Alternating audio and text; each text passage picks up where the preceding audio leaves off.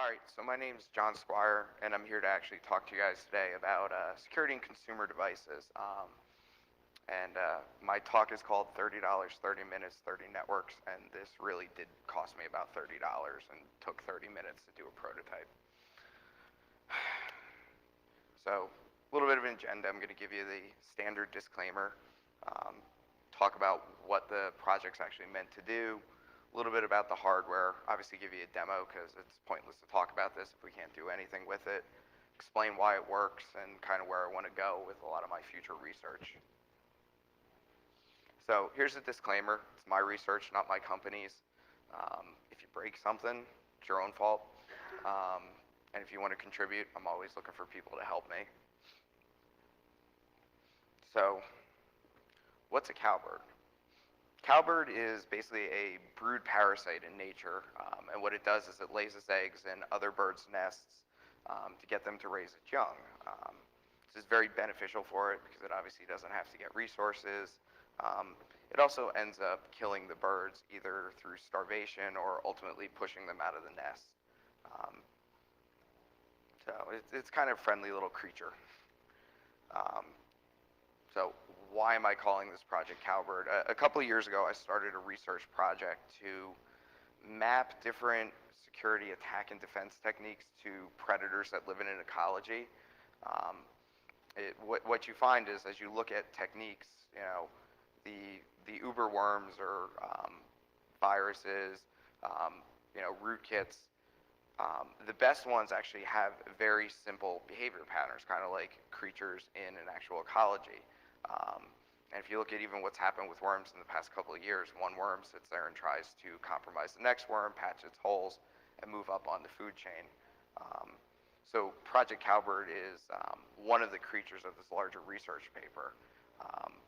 I'd actually stopped the research paper for a while because I was theorizing that for relatively little money you could create at a minimum a nuisance attack. Think mice in a grain elevator, eating everything there. It's a very hard problem to control once they grab a hold. My problem was I couldn't build the devices I wanted at a cost that made it worthwhile. This kind of changed the other day when I was in my local computer store. So Project Cowbird, I basically took an off-the-shelf wireless media adapter, and the vendor in this presentation is not the only one to behave this way, so I'm by no means picking on them. I repurposed it for my own needs. So for this proof of concept, we run Kismet server and client on a device.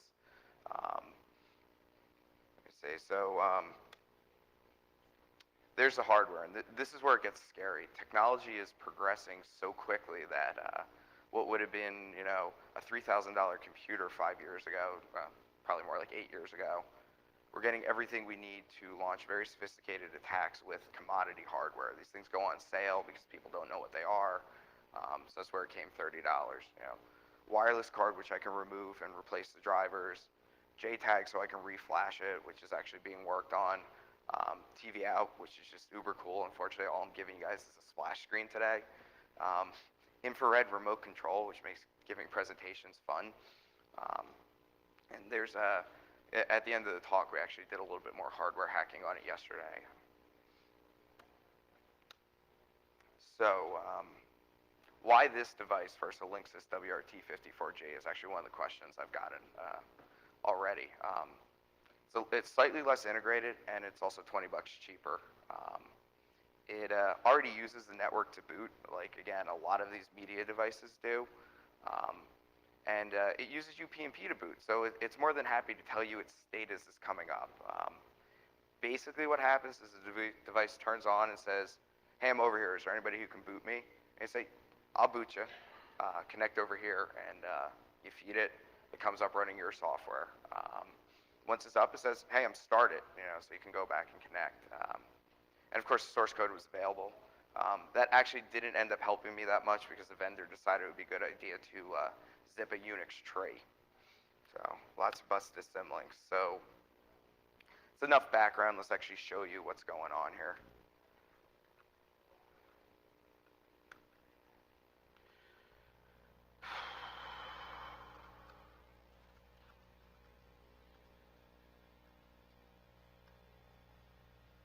So I've basically got, because I'm booting off the network right now, I've got a little VMware session set up to emulate typical network environment that would run one of these. I am not running, this is a Linksys device obviously, I'm not running Linksys software just because it makes it a little bit quicker to do the presentation. Everything I'm doing here you can actually do with this stock Linksys software, and we'll talk about how this works after I run through and show it to you.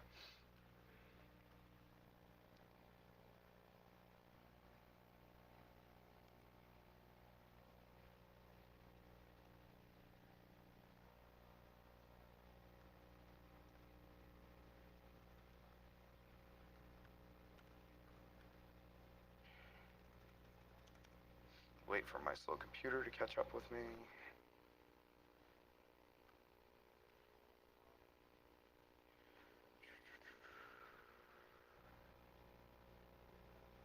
All right, so on this screen, which I'll be flipping back and forth to, and hopefully it actually displays, which would be this is basically a TV tuner card.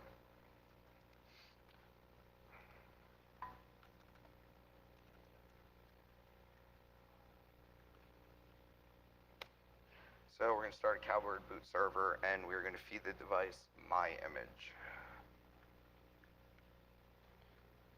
So power on the device.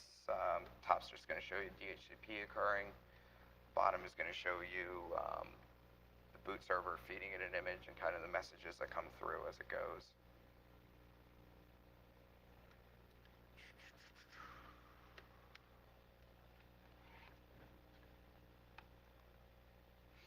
All right, so we've successfully started one of these devices, and as you can see on the TV out, all right, I'm running my software instead of Linksys software. So going one step further, who cares? It's a wireless media device. I'm putting Kismet on a $30 device that's running in your house. So we're going to go ahead and we're going to connect to the device. Should be the first one. Yes, I know it's Telnet. The new version has a copy of Dropbear in it. It's for demonstration purposes only. So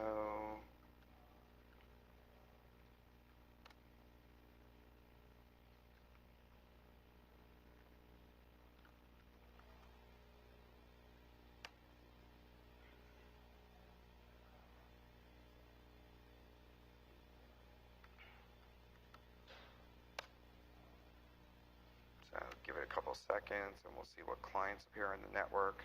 And again, I don't even have wireless antennas on here now, so it takes a second or two to find devices.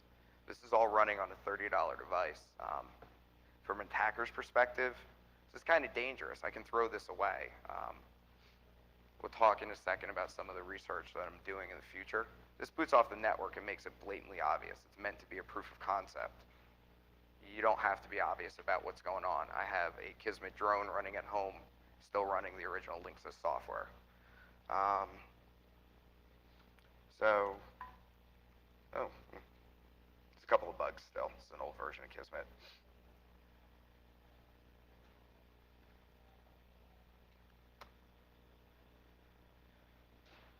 So going back to the presentation.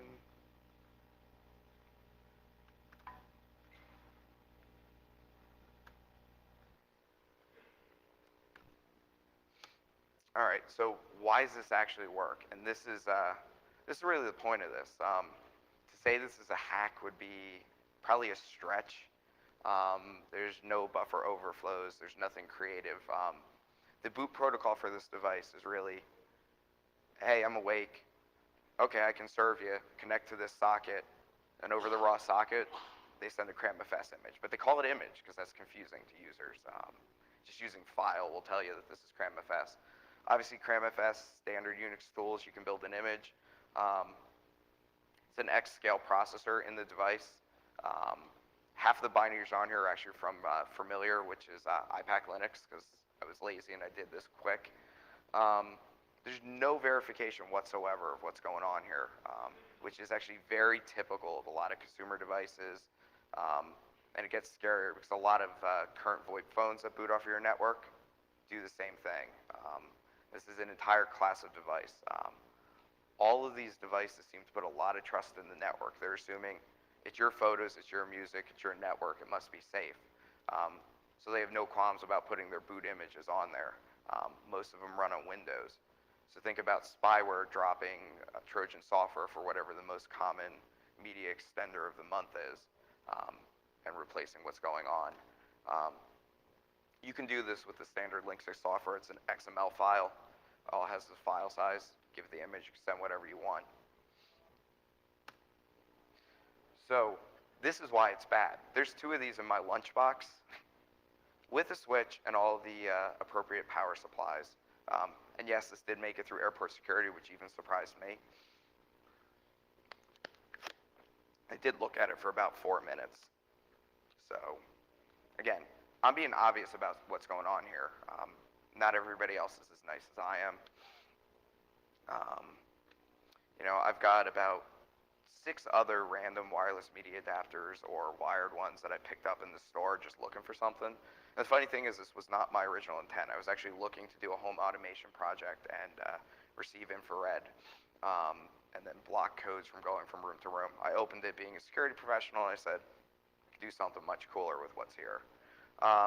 And the hardware really is cheap enough to throw away and requires no physical access.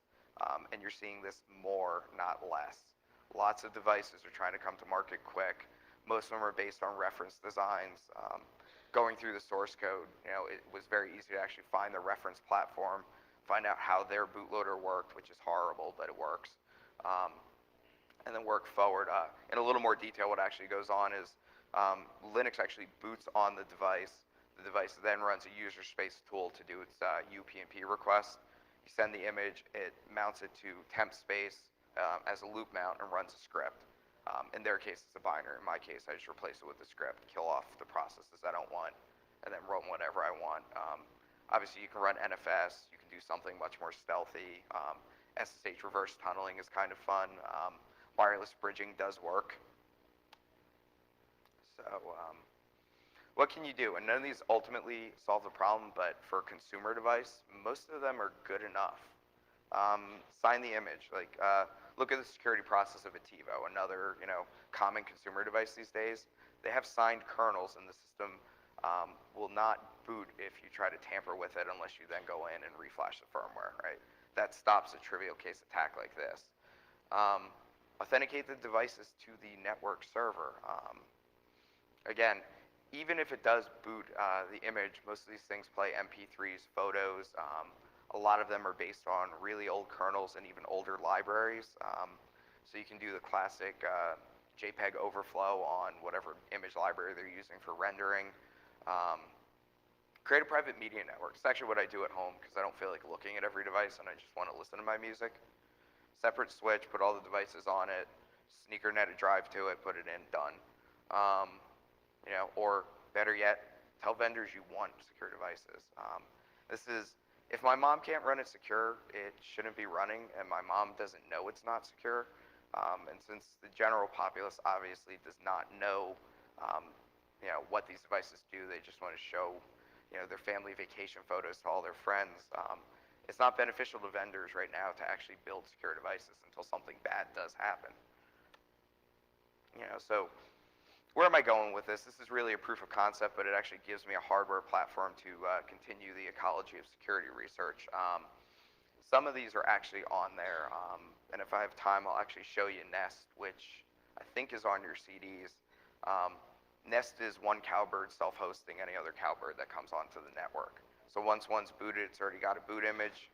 I just did a straight cross-compile of the bootloader I'm using on here, put a shell script in, and it can continue going. Peacock I unfortunately didn't finish, but this is where it gets cool, especially if you pair it with BirdBrain.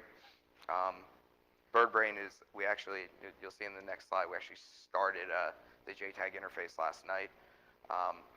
Imagine a 2 meg small boot image that has a Kismet drone and some rendering software running on it. And what happens is you take it into your work cafeteria, you plug it into the projector, you turn it on, you walk away, and Wall of Sheep appears. And of course, you can use the infrared remote to control it. This can be done for good or bad, right? This is a very good tool if you're actually going in and doing a pen test. drop it, log data, continue on your way. And of course, these things should be able to talk to each other. So, and this is kind of some of the next step stuff. Again, it's $30 device, but adding all this extra hardware is going to cost about another $8 once we have a less ghetto prototype going. The SD card reader being key. We harvested one for like $7, but you can get the parts for $2. I've got a general idea where the tap points are.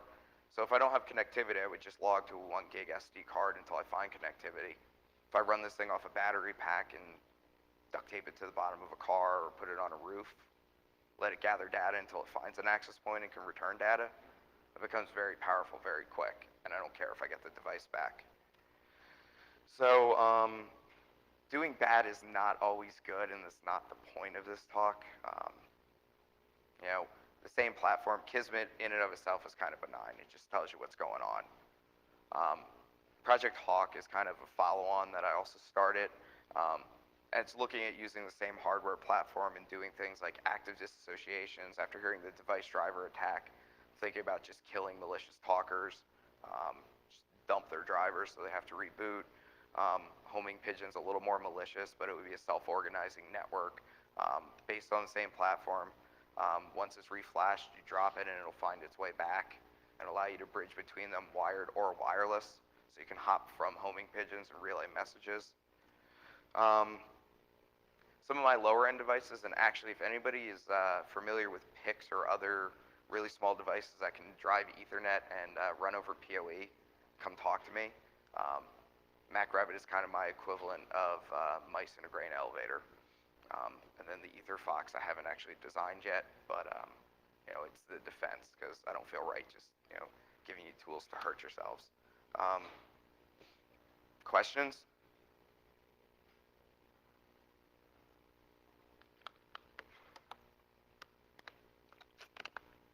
All right, well, thank you guys. I'll be around if anybody needs me.